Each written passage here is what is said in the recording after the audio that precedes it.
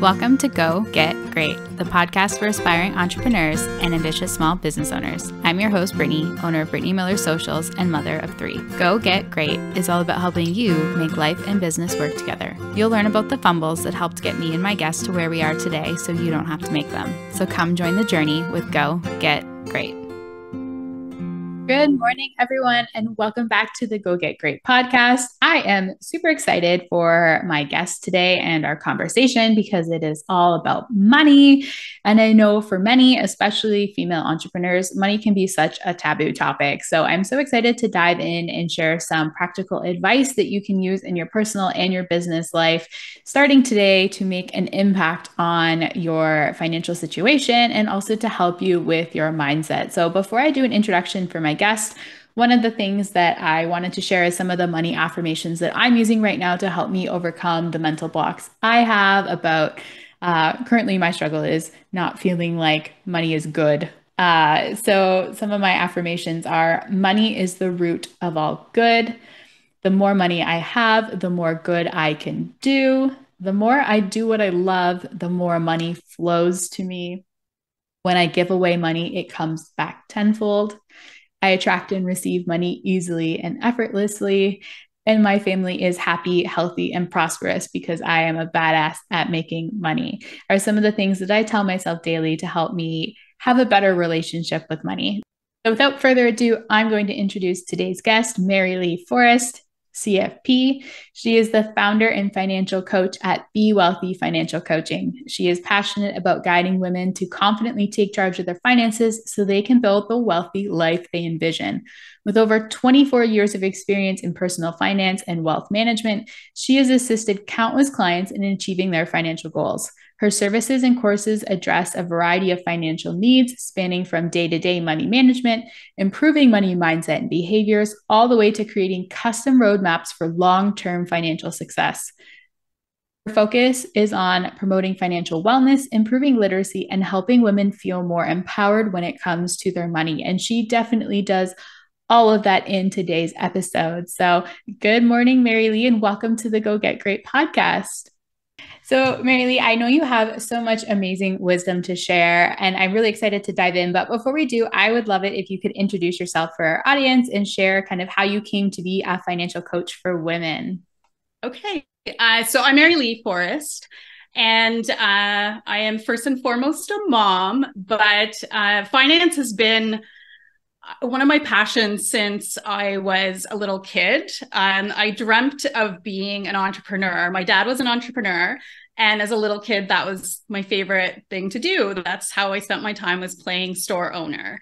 And what happened is in grade 11, I did a school project on analyzing a stock, and I was hooked. So it was my first kind of introduction to what passive income could look like. And it sort of blew my mind at that point. And I decided that that's what I wanted to do for a career.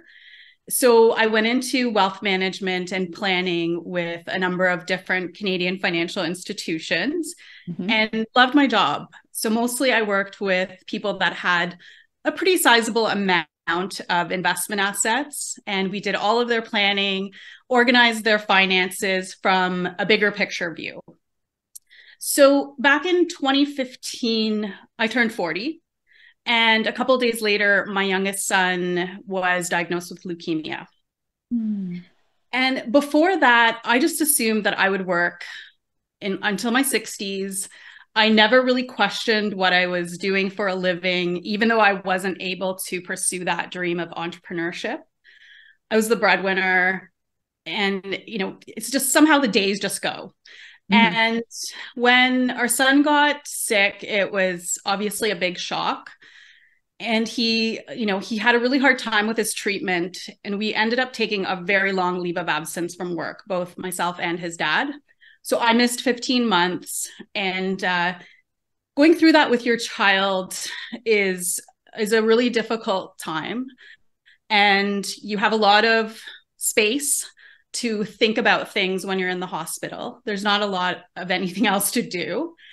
And I kept reflecting on my life, really assessing where I was at thinking about my career, thinking about my day to day, because it was so hectic. I was commuting to Toronto. I had an over 2 hour commute every day. It just wasn't sustainable for our life, given what had happened. And I also realized I wanted more time with my kids. So I happened to read some personal finance blogs while I was in the hospital, because when you love numbers, that's kind of what you do. I tried novels, and like the plots just wouldn't stick. Like when you're in a traumatic situation, it's really tough to follow a storyline. And I came across a blog about financial independence. So really just saving a larger amount earlier on in life so that you are gaining your freedom earlier, or retirement, whatever you want that to look like. And that threw my perspective kind of upside down, because when we did financial plans for people, people retired at 65, not at 40. So it really made me just start thinking about what I wanted life to look like. And in that moment, I was craving time with my kids. It's just, you know, my youngest son, his health was so uncertain. I couldn't imagine leaving him to go to the office again. So he got better. I returned to work, but I also separated from my spouse, which was at a really, really difficult time. I took on a lot of the financial burdens. I had always earned a decent income, but probably not exactly what I should have earned. But I realized more about that later, like when I pursued self-employment. So I had to get my money stuff together. And that's when I realized, you know, you can have all the financial knowledge. It just doesn't mean the pieces are going to fit exactly the way that you think they should. So I went on this whole journey to reinvent my finances. I spent thousands of hours on it. And I love the process. So that's my long-winded way of saying that I sort of got hooked on doing that. When we do bigger planning for clients, you're often looking at thinking about the future, but how do you get there if you don't look at your day-to-day finances? Okay. Realize that's the part I wanted to focus on. Okay. Now, I'm not super familiar with the investment industry in general, but I know that your introduction says that you're a CFP. Can you explain a little bit more about what that is? Because I feel like that would help explain a lot of your expertise. Yeah. So a CFP is a certified financial planner. It is a worldwide designation, and you have to have a certain amount of educational, like, course component towards that certification. And then you have to have a certain amount of hours. So actual experience with doing planning. So, you know, it's an important certification to have. Financial planning is, you know, having a comprehensive financial plan. It really does help to create some boundaries for your finances and some action steps that you can take to reach certain goals. Most of the reason planning is done is for retirement. So figuring out a way to fund that. But it can also be done for fun stuff, like taking a year off or moving to a different country. So yeah. So it's just an industry designation, meaning that you meet certain educational and experience requirements. Okay, makes sense. So, like I said, not super familiar. So, the term financial planning to me means budgeting and putting money aside for retirement. But what you're talking about, there's actually a lot more to it than that. Can you share kind of what else goes into this when you're creating a financial plan for people?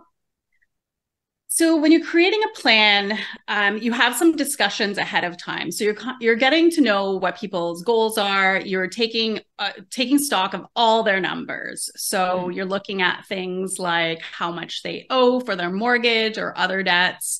You are taking information on all their different assets, so bank accounts, investment accounts, things like that, and you're incorporating those into some projections. So what that could look like pretty much every year in terms of where their assets will be, what debts look like.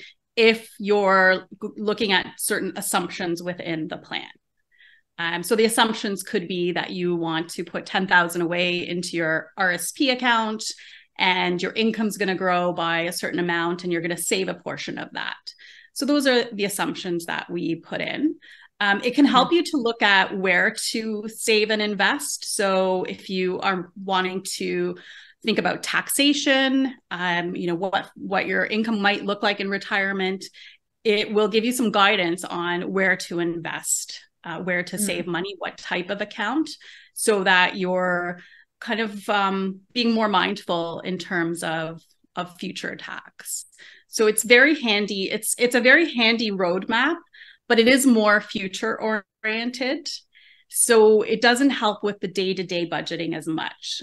And that's where financial coaching is a lot more helpful, because we really start at the day-to-day. So, what is your income now, and where is it all going? And how can you potentially make some tweaks or improvements to reach your goals faster? Okay. That makes sense. And also sounds like something that I should probably focus on doing in the next little while, because I open my bank account all the time and go, where'd my money go? So I want to talk a little bit about money today, because I know it's such a taboo topic for women, especially women in business. And I'm sure this must come up for you a lot when you're working with clients. So I wondered if you had any suggestions or exercises that we can do to help create a healthier relationship with money and like money mindset, those kinds of things, because I really feel that we are going to kind of hit a glass ceiling for ourselves personally and in business if we're not able to overcome those hurdles and mindsets that we've self-imposed on ourselves. Yeah. That is absolutely true. And I can share from my own experience that there's certain limiting beliefs that we have, and they just seem stronger when you're an entrepreneur. I realized in corporate that I had some issues with my self-worth, for example. So I never wanted to have those discussions around income. And when I finally did, my income grew at a much faster pace. And I sort of, you kind of have these regrets, which can be common with finances. You wish you had done something differently, but it's just not the way the world works. And it's not the way life works.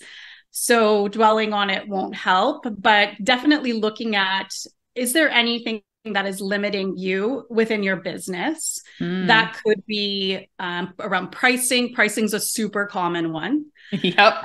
It's tough to price. You feel like you're pricing yourself. So sometimes detaching yourself from the product or service that you're selling and trying to look at it from an outside perspective. I definitely, when I speak with entrepreneurs, they'll say things like, I can't raise my prices. I'm charging what's fair to clients. But when you really look at the competition, often we find that their pricing is a lot lower than what's out there. Interesting. Yeah. Okay.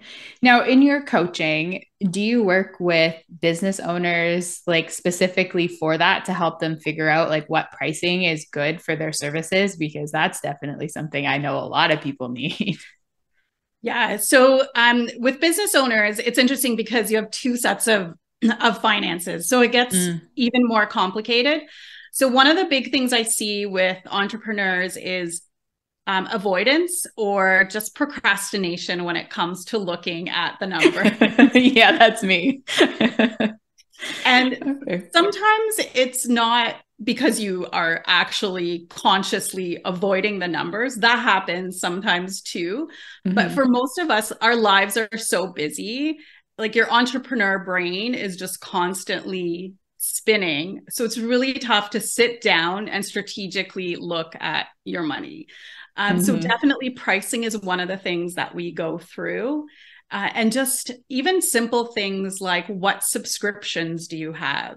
Because we tend to collect those as entrepreneurs. There's a lot of tech solutions out there, subscriptions, memberships, all of these things that are just small amounts of money, but it really does add up and it does impact the profit that you can make within your business. Okay. Yeah, that makes a lot of sense. And you're right. It's not that I don't know the importance of numbers. It's just there is always 100 other things that need to get done and that I would enjoy slightly more than looking at my finances and asking all of the questions that I don't really understand, like profit margins and useful life of equipment and things like that, which is why I have a bookkeeper, which I should probably book more meetings with to better understand these things. But a lot of it too is a little bit of avoidance and is like, if I don't know, I can just pretend that everything is okay, which is a money mindset that I kind of need to work through. So, did you have any suggestions to kind of help with that? Do you recommend affirmations that can support with those sorts of things, or is there anything else we can do? Yeah, I love affirmations. I use them myself. I find that being an entrepreneur, you kind of need that pep talk. And it's like the quickest way to do that. And I found it really works. Like I had a real entrepreneur meltdown in October, and I leaned really hard into affirmations and just visualizing things and just kind of letting go of some of the constant repetitive thoughts that were going through my brain. So just kind of reintroducing some kinder language to your life definitely helps. The other things that help is just having more positive language around money. I find a lot of women I work with, they'll say, you know, I'm bad with numbers, I'm not good with money. And those things aren't true. And that stuff really does limit your success, because how are you going to be great at something? How are you going to have a super profitable business if you think that you're just terrible with money? So, you know, as entrepreneurs, we have dreams for our business, we have a passion, but the key reason we're doing what we're doing is we want our businesses to be profitable so that we can continue to live our life and to help support our family and other people. So the money is important. It is, you know, it is a key thing to look at. And so yeah, affirmations, visualizations are great. Watching your money language. And I'd say the fourth one, which I was kind of amazing for me, was just starting to think of childhood and thinking about some of your early experiences with money. So I can vividly remember having a piggy bank and going to the bank. And at some point, you know, my mom and I, we used to shop. So my mom was a huge shopper in my childhood. And I realized, like, when I hit 40 and I took real control over my money, I realized I was following the same habits. So the shopping for recreation, for emotional support, for reward, I was doing exactly the same thing. And I was even saying the same things that my mom said. So just catching some of the phrases that you use with either yourself or with kids, you know, money doesn't grow on trees. You know, yeah, my mom would definitely always say, oh, our neighbor has so much money, that must be nice for them. So just really limiting kind of herself. So it was interesting to take note of some of those, just some of those money scripts. So just those repetitive things that we say. And though you can change them. So just being aware of them is like the first step towards creating change. Our brain likes things to be simple. So it picks up all of these things in childhood. It's like a computer program. It would be the same as having an iPhone from 30 years ago and never doing an update. iPhones wouldn't have even been around, I guess, but never doing an update. I follow the train of thought, even if they weren't around 30 years ago. And that makes a lot of sense. I have, you know, memories, not from my childhood necessarily, but from my teen years about, you know, wanting different things. And, you know, mom's like, well, money's really hard to get and it doesn't come easily. And I guess that's a mentality that I carried with me for probably the first year, maybe year and a half in my business. And that's been something that I've been working to shape too, because I have put in the hours in my business and I still was not making the kind of income that I need to support my family. And I was like, why is this? I'm doing all the things. I'm posting on social media. I'm networking. I have great offers that I'm super excited to share with people. Like, what is the block? And I think that that's kind of a big part of it because I kept saying that money is so hard to get. So I would feel compelled to work more and work more and more. I figured that must be the issue. I just wasn't working enough, which I don't think is the case. But I think that, yeah, there's a lot of unpacking that we need to do from childhood. And I think that that's a relatively, at least new concept to me, that the issue started a long time ago and you have to kind of go in to go back to kind of go forward. Yeah. And that type of work, it takes time. Like sometimes you'll have an aha moment, something will come to you and it'll just all click into place. Like for me, the shopping, like why do I always want to shop? Well, it was such a revelation to realize like, oh, it's because this is what I did all the time. Like this was like it was around all of the key things in life. Like, you know, if you had a good day or a bad day, it involved shopping. So when I was working, I would just constantly be on the hunt for what can I buy next. So that really was eye-opening for me. The second thing was to get really clear on my values and what I valued. And I think that can also help entrepreneurs in terms of how to spend their time, how to spend their money.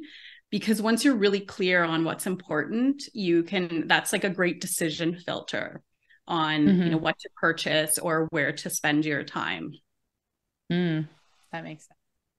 So aside from working on our money mindset, and thank you for sharing those tips because I do think that that's going to help a lot of people. And you know, learning to manifest more money is definitely helping too. But what are some recommendations that you have for people that are looking to get started on improving their finances but don't know where to start? So I would say the first thing is to just start with the intention that you're going to do it. Okay. So don't put it's kind of like when you start a diet and you say like, I'm not going to touch like any sugar or, you know, have any chocolate. And it just doesn't work for the long term. So it's just setting the intention that you're just going to do something to just improve your finances, even one tiny bit. And the best thing to start with is just getting clear on numbers. So getting really, really clear on where you stand. So understanding what your income is, where it comes from, what amount do you actually get in your pocket or in your bank account after taxes. With entrepreneurs specifically, taxes are super dicey. And a lot of people forget to pull a portion of their revenue and set it aside for taxes. Yeah. Yeah. It definitely doesn't come intuitively. So just, you know, getting unclear on your income and then getting clear on what your expenses are. I like having people look at what is, you know, a fixed expense. So you know, your mortgage, your utility bills, those are the things that you are committed to paying each month. And then looking at their variables, so the day-to-day stuff where you have more discretion. So groceries fits in there. You can spend about the same amount each month, but you're in control of what you're buying, and it can vary. And then I get people to think ahead to their larger icebergs. I call them icebergs. They're those expenses that don't come on a monthly basis. They can catch you off guard because they're usually bigger. Things like car repairs, vacation, and just getting started with thinking about what is coming up for you over the next 12 months and seeing how that fits with what income you have and what your other expenses look like. So just getting some clarity on where you're at. It's also a great time to take a look at your debts and just list them out and see what that looks like. And getting clarity is really, it's probably the hardest step. And it is the reason that people don't look at their numbers is because they're afraid of what it will reveal. Most of the time, it's better than people expect in terms of what they own. But often the spending can be a little bit worse in certain categories. Everyone's got 2 or 3 that could be better handled. For me, it's probably my kids and the groceries.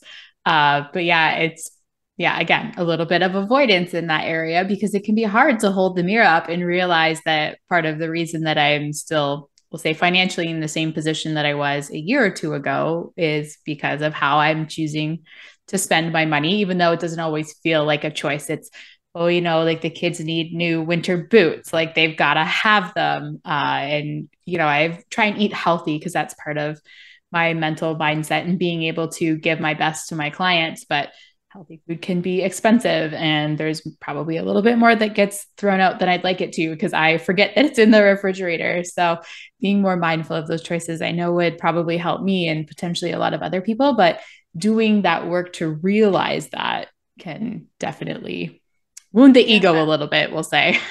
Well, and the thing too is it is a time commitment at the beginning, but like anything, it gets easier. Like Mm-hmm. I have tracked my finances for I think since 2016, like literally to the dollar, Wow. because it is what I like to do. I don't Mm-hmm. suggest it for everyone, but it brings me comfort. I have such a Mm-hmm. quick money routine now. But at the beginning, just coming up with a system, that was the hard part, was figuring out, okay, what works with my habits. I'm not diagnosed with ADHD, but my daughter has it. We have a lot of very common traits. And especially being an entrepreneur, I'm noticing that that could potentially be something that's happening. And it Mm-hmm. comes through in my finances. And that Mm. sometimes used to lead to some of those really impulsive decisions. And tracking for me has been the best way to calm that stuff from happening because I can catch it super, super early. That's good and helpful to know too. I will ask you about your money routine in a little bit, Yeah. but I have a question first. So, you were sharing some examples that help people with their personal finances. Do you recommend the same thing for entrepreneurs if they want to improve their business's financials? Yeah, it would be really similar. So, step one is just getting clear on where you're at. Definitely, there's more complexity because you'll want to look at things like pricing. With entrepreneurs, I get them to create a wish list. So, those Ah. investments you'd like to make in your business, what are they? When do they need to happen? How much do they cost? So, that could be something like hiring someone, really projecting out what that would look like. Mm-hmm. So just constantly thinking ahead. So you want to be in the driver's seat with your finances instead of have everything happening to you. It's just you are kind of controlling the car. You're thinking of these decisions ahead of time. I like that. And it would be nice to have the mentality of, I can afford this at X date sort of thing, which makes you feel more in control of your business and like it is, in fact, growing. For me, that's a mindset that I probably have to get over. I feel like if I'm not investing in my business is not growing, which it's kind of true in one aspect, but also not in another, because you can get to a point where your business is kind of good for a little while and you need to kind of ride that, I don't know, higher profit margin, we'll call it, because you have lower expenses so that you can get to a point where you can invest more later. Yeah. Yeah. I think of it like if you're surfing and you catch like a great wave, you just ride it for a while. Like you don't like go out and do something else. You just go with it and see how it Yeah. goes. Because definitely that will help your profits. The other thing I like to get entrepreneurs to do, it's really tough to forecast cash flow when you're starting out, but I like to set some like revenue milestones and so that they just have something to work towards, like a number to work towards. That tends to be really helpful. And Mm. then celebrating and having a bit of a reward when you reach a certain target. Mm. Okay, that makes sense. And I think that kind of ties in a little bit to my next question. So a little bit of a backstory. Obviously, you already know that the last year has been especially challenging with the aggressive inflation that we've seen in all areas, life and business. And it's just been a very expensive year. And, when I stepped into my business full time, well, it was a little over a year ago now, man, time flies. I stepped in thinking that I only needed to take on an additional 1 to 2 clients and I would be good. I would be making more than enough money to cover all the bills. And then I blinked, and 3 months later, everything doubled in price. And I went from needing 2 clients to needing like 4 to 6. And I was like, what the heck just happened? That was crazy.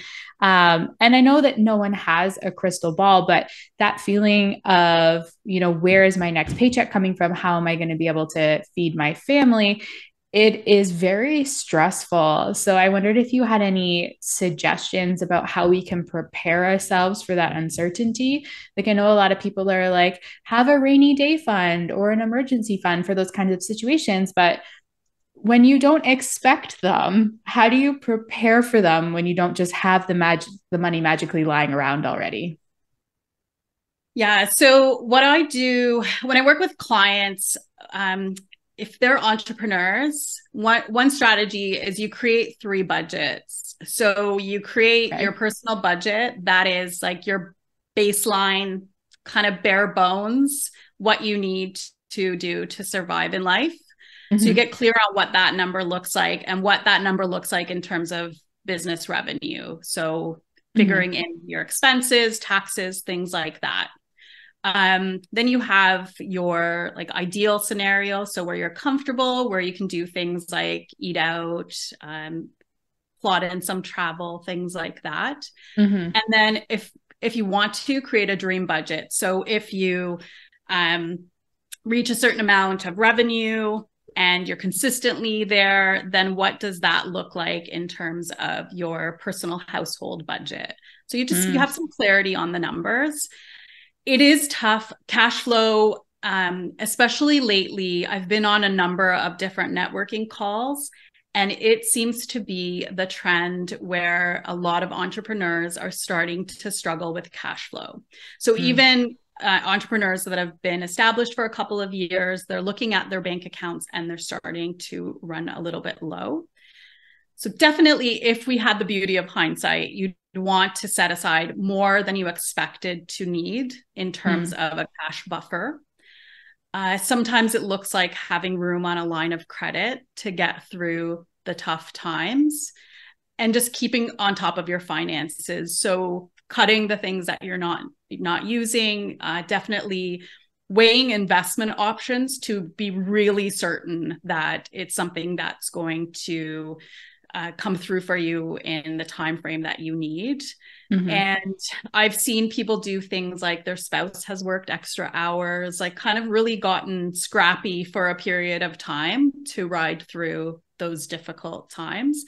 And if you are able to come up with offers that get cash in the door quicker, then that could be an option as well.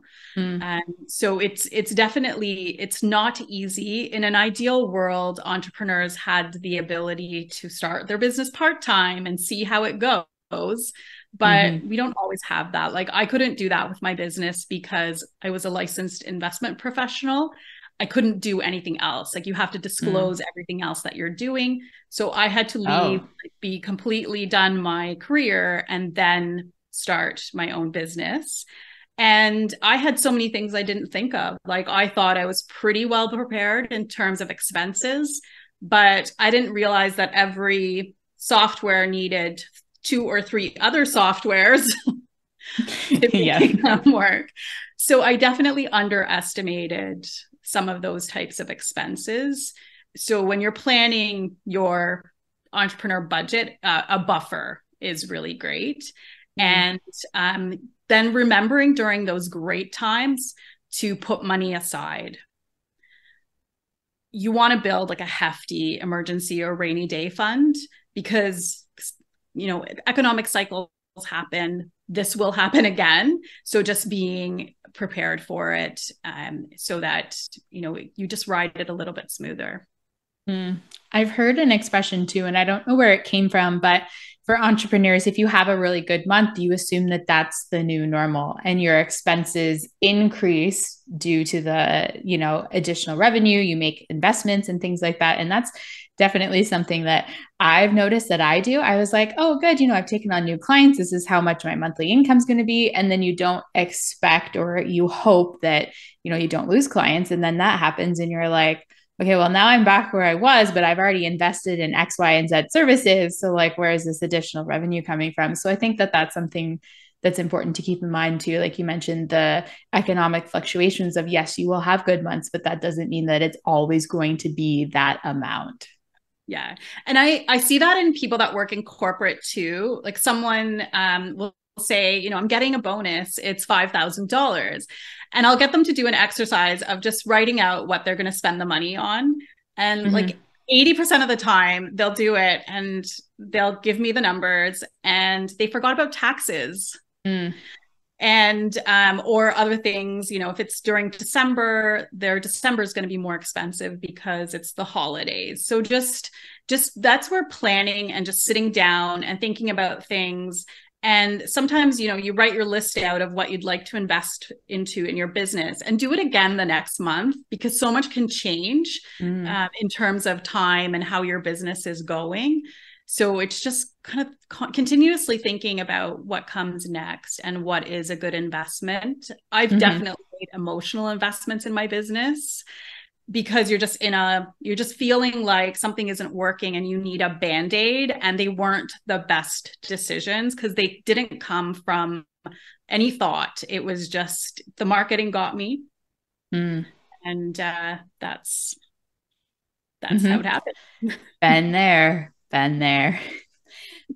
Since we're on the topic of money for entrepreneurs, I wanted to get your thoughts on, because we kind of talked about this earlier, about paying yourself as an entrepreneur and how you figure out how to go about doing that. Because there's so much, and like you said, a lot of people forget about taxes and all of those things. So I typically follow the profit first ratios. I don't know whether you do the same or whether you have suggestions for people that are just getting started or maybe in business and also wondering where their money is going to kind of help with that. Because I feel like that's the biggest piece of the puzzle, being able to understand exactly what percentage is your income versus what's going to all those other things. Yeah. I feel like Profit First is necessary reading. Even if you don't follow all of the exact kind of buckets or accounts that they use, I think it's really good to get into the mindset that one, you're putting money aside for taxes, like a minimum that needs to happen. And for most people, that looks like a separate account that you just pretend doesn't exist. Definitely paying yourself as well. I do find that can be tough at the beginning because you are continuously investing within your business. So it can be a really small amount to start with. But I think the point is to just make that action, because there's something about getting paid, like getting a benefit for our hard work, that keeps us motivated. And I've seen entrepreneurs that I've worked with, they'll say, I haven't made any money in my business, but because they're sole proprietors, they constantly take money to pay for bills personally and things like that. So they are taking money out, but they've just lost track of how much that is in dollar terms. And it feels insignificant because it's not, you know, a set paycheck. So I think that's where the book is great, is having like a payday, like you do a monthly payday and you're paying yourself, you're putting money aside for taxes, you're covering expenses, like doing all the important things as an entrepreneur. Yeah, definitely recommend that book for reading. If you're just like, give me the cliff notes, the percentages are 50%. Well, I use kind of the maximum. So I pay myself 50% of my revenue, 20% I set aside for taxes. Although last month I did make an emotional investment and I pulled money out for that. So I owe myself some money right now. But yeah, 50% to yourself, 20% for your expenses, 5% is your profit. So you pay that out to yourself quarterly. That for me was a big seller. It'd be like, I've already taken my paycheck and now I'm getting extra money from my business. I really like that. And then the last 25% is supposed to be your operating expenses. And, you know, at the time when I did the exercise, I was just getting started. And as a home-based business, I have hardly any expenses. I was like, oh, easy peasy, keeping my expenses under 25%. But as your business grows and you need to make those investments, it's very challenging to stay within that 25%. So I find that those ratios, even if I tweak the numbers a little bit sometimes for those emotional investments, are really great at helping me make sure that my business stays financially sound long term, because I know the core principles of what percentages of things are for me versus what I should have for investing in my business and things like that. Yeah, and that getting into that habit is fabulous. And like I love how you know the ratio is cold. Yep. Because that means that you're following them. And really like when you think about financial topics, so you become an entrepreneur and suddenly you have this new set of finances. So you're learning a ton. And then you're planning out, like you plan out what to do with profit first. But Mm-hmm. where people fall apart is implementing it. So just doing the thing every single month. Mm-hmm. And it's what's needed. Like you need to implement all of those different steps and looking at your Mm-hmm. finances. So gold star for doing that. Thank you. Um, I had another question and I don't remember. So I will ask something different until it comes back. Oh, no, directly tied to what we're talking about. You did a masterclass in the Monarch community in August, and you were talking about this money routine, which is kind of, I guess, like how I pay myself during Profit First, but a very much smaller version of it. But can you share a little bit more about what your money routine is or what it is in general and why it's beneficial for you? So I like to call my money routine a ritual because when I first started working on my finances, I would do it at like 10 p.m. I had like my spreadsheet. I was tired. I had to get up at 5 a.m. to go to work the next day, and it just wasn't like it just wasn't working. So I realized that to really embrace your finances and to make it more fun, you can change what you do during the time that you're looking at your finances. So, make sure that you're picking a time of day that works for you. Like your kids aren't in the room, it's not stressful. You don't just have 5 minutes, like really blocking the time aside and blocking the time aside in your calendar, like for the month ahead. So you just Mm, know you have that date with your money.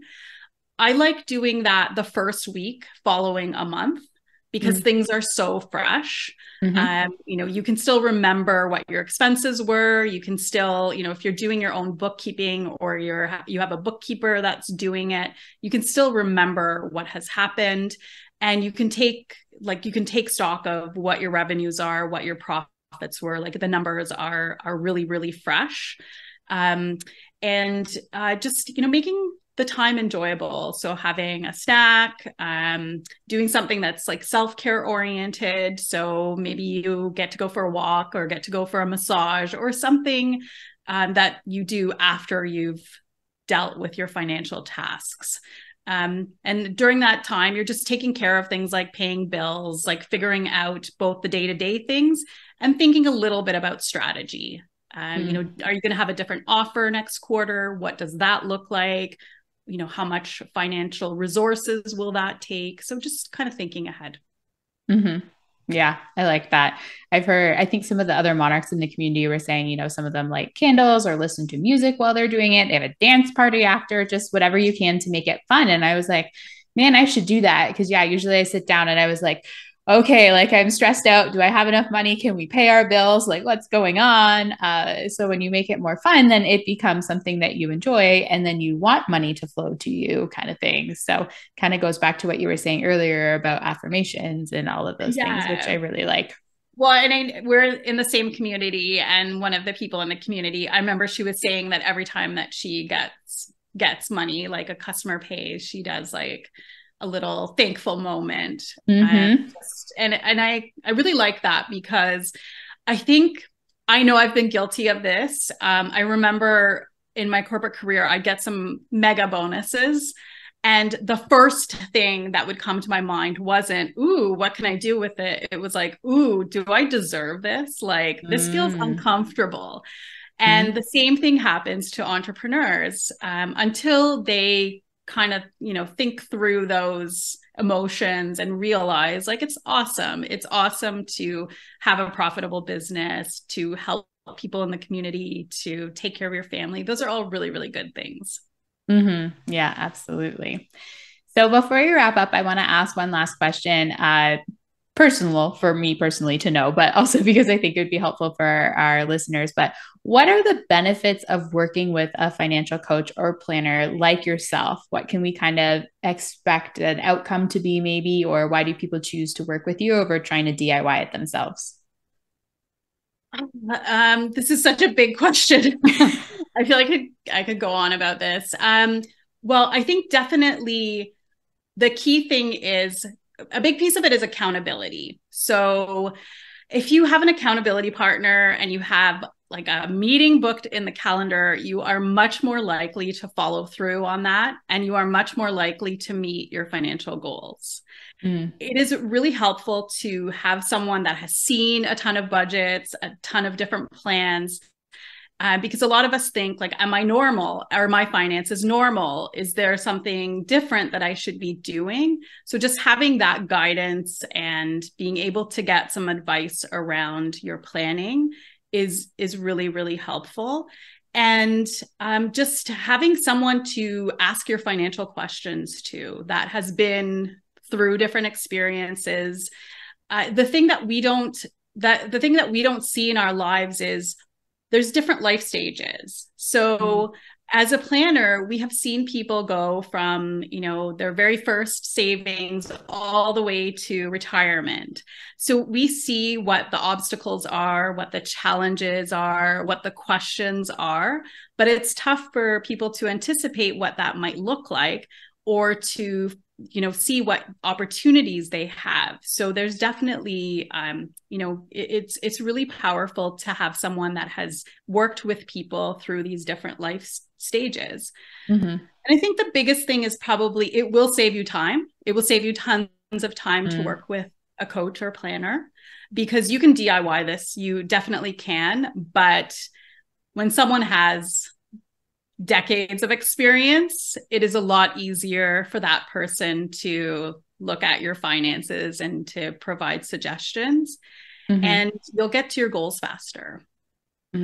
That's what we want. That's what we want, is we want to reach those goals that we have as efficiently and with as little pain as possible. So that's a key benefit. I think that makes a lot of sense what you're saying. Anyone can do anything, technically speaking. The internet is a wonderful thing, but you hire an expert because you want to fast track your success in that area. And financials being so impactful for people in business or in your personal life definitely makes sense to invest in that service and make sure that you are preparing for all of those icebergs, which inevitably come up more than we want to.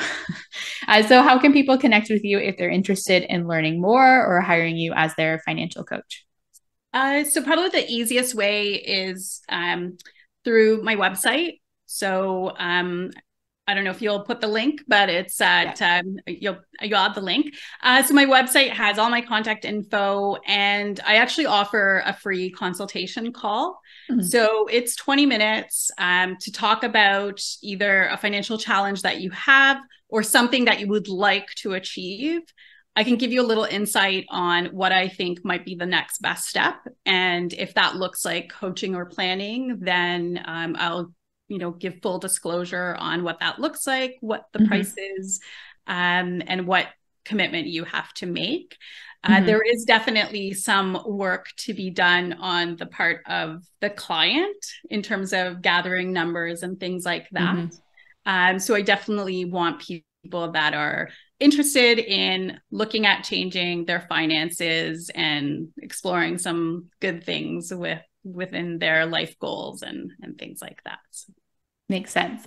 And I know that you share fabulous content on your Instagram page, which I will link in the show notes too. But if you want to share what your handle is, just so people can find you themselves as well. Yeah. So on Instagram, it's at Be Wealthy Coaching. Okay, wonderful. Well, thank you so much for being here today, Meri-Li, and sharing your knowledge. I know that I personally learned a lot, so I'm sure our listeners will as well. And money is one of those topics that we just need to keep talking about until it becomes less taboo, because it's part of our daily lives and we need to learn to work with it and not against it. So thank you so much. Thank you so much. It was great to be here with you. And thank you for the time. Thank you so much for tuning in to Go Get Great. I hope you found some useful tips and tricks that can help you make life and business work together. If what I said resonates with you, please share it on social media, and don't forget to tag at Brittany Miller's socials so that I can celebrate you for taking those first steps towards achieving greatness. Remember, success doesn't happen overnight. It takes dedication, hard work, and a lot of spirit. So don't be afraid to dream big and go after what you want. Keep striving for greatness. You get closer with every step forward, no matter how small they may seem. Until next time, go get great.